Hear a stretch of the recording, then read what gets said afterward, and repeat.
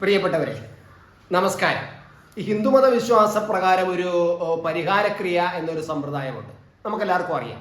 ഇപ്പോൾ നമ്മുടെ സംസ്ഥാന സർക്കാർ ഒരു പരിഹാരക്രിയ ചെയ്യാൻ പോവുകയാണ്. ഒരു പിഴമൂളൽ പരിഹാരക്രിയ എന്ന് വേണമെങ്കിൽ നമുക്ക് പറയാം. ഒരു വലിയ തെറ്റു ചെയ്തതിന് പരിഹാരം, ദൈവത്തോട് പൊറുക്കണമേ ഭഗവാനെ എന്ന് കേണപേക്ഷിക്കുന്ന തരത്തിലുള്ള ഒരു പരിഹാരക്രിയ ചെയ്യാൻ പോകുന്നു ആഗോള അയ്യപ്പ സംഗമം. എന്തായാലും ആ പരിഹാരക്രിയ കൊണ്ട്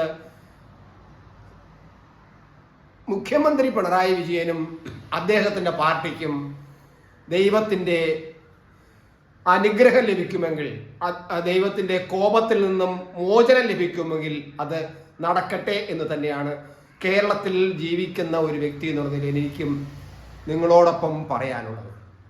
എന്തായാലും ഈ പരിഹാരക്രിയ ഗുണം ചെയ്യുമോ?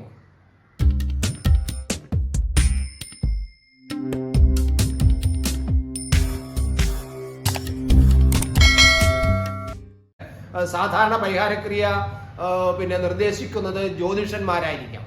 ഇപ്പൊ മുഖ്യമന്ത്രിയുടെ പിണറായി വിജയന്റെ സർക്കാരിന് മൂന്നാമതും ഒരു അധികാരം ലഭിക്കണമെങ്കിൽ ചില പരിഹാരക്രിയകൾ ചെയ്യണമെന്ന് ഏതോ ജ്യോതിഷൻ പറഞ്ഞിരിക്കുന്നു എന്നാണ് എനിക്ക് തോന്നുന്നത്.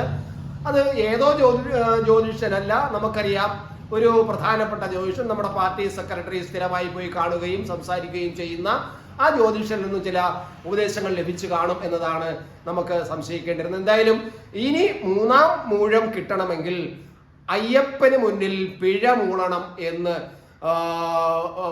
ഉപദേശം ലഭിച്ചതിന്റെ അടിസ്ഥാനത്തിൽ ആണ് ഈ അയ്യപ്പ സംഗമം എന്നത് സംഘടിപ്പിക്കാൻ ഈ സർക്കാർ മുന്നിട്ടിറങ്ങിയിരിക്കുന്നത് തന്നെയാണ് നമ്മൾ കാണേണ്ടത്.